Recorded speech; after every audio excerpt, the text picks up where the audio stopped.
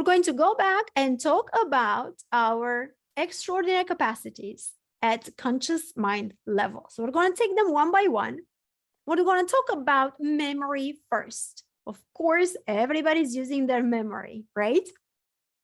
More or less, memory, just like all the other capacities at a conscious mind level, are pretty much like muscles. If you're not using them, they are going to shrink. Yes, we are born with perfect memory, all of us. So unfortunately, because in this day of age, we all have phones, yes, we don't need to remember phone numbers. We don't need to remember anything, pretty much. The passwords are also on the phone. Everything it's written down somewhere, right? We don't have to remember stuff. We don't have to memorize things. Very rarely we even have to use our critical mind, the conscious mind, yes, the reasoning, and we're going to talk about that. So unfortunately, the memory, it's not very used, not in its full capacity, not even close. The memory as capacity can be found in the conscious mind, right? We use it like, I choose to remember what I did yesterday, right? Like my recent memories are there. I choose to remember like what I ate this morning or what I didn't eat, right? The fact that I didn't eat. So this is memory at the conscious mind level. Then at a subconscious mind level, of course, like when we go to therapy, there's some trauma, there's some limitations identified.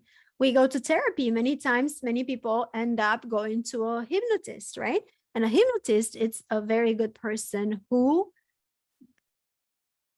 controls the conscious, puts it aside, and accesses your subconscious. So yes, and it accesses the memories that you have stored there at your subconscious mind level, just to identify what's the cause of certain feelings and behaviors that you have today. Yes, so it digs back into your past, right? So that's why memory can be used at the subconscious mind level as well, but also it can be found and used as at the supraconscious mind level.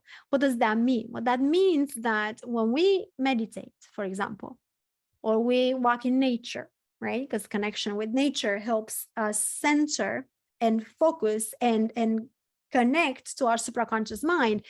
Well, in these cases, we start remembering who we really are. We start remembering about our higher self. And so you see, memory can be used at all three parts of your mind and has an extraordinary power. But you have to decide how you want to use it, because many people, unfortunately, use it in a way that doesn't serve them. What do people do?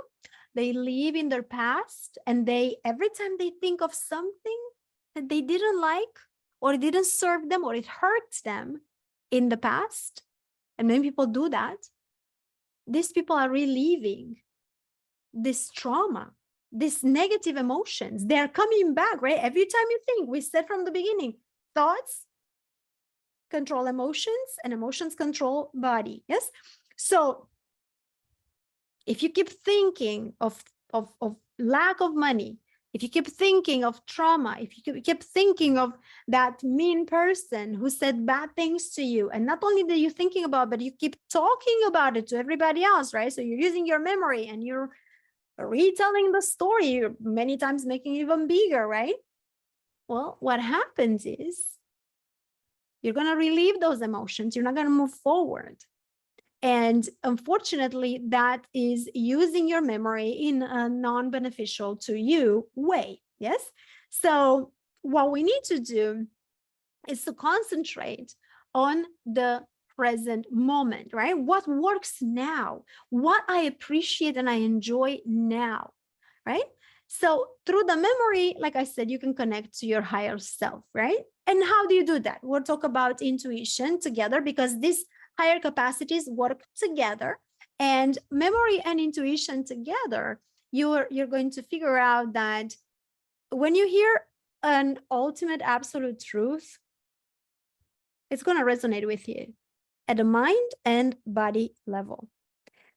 in other words, many times when you hear like something that's really resonating with you, like really deep with your soul, you get goosebumps. Something happens, there is a reaction. Also, you know, it can be happening in the negative way, right? You can get goosebumps from fear or different other things, but you can also do it, and it happens a lot. You can tear up, you can, you know, change your breathing, you can get goosebumps. There are many things that can happen when you are also connected to supraconscious.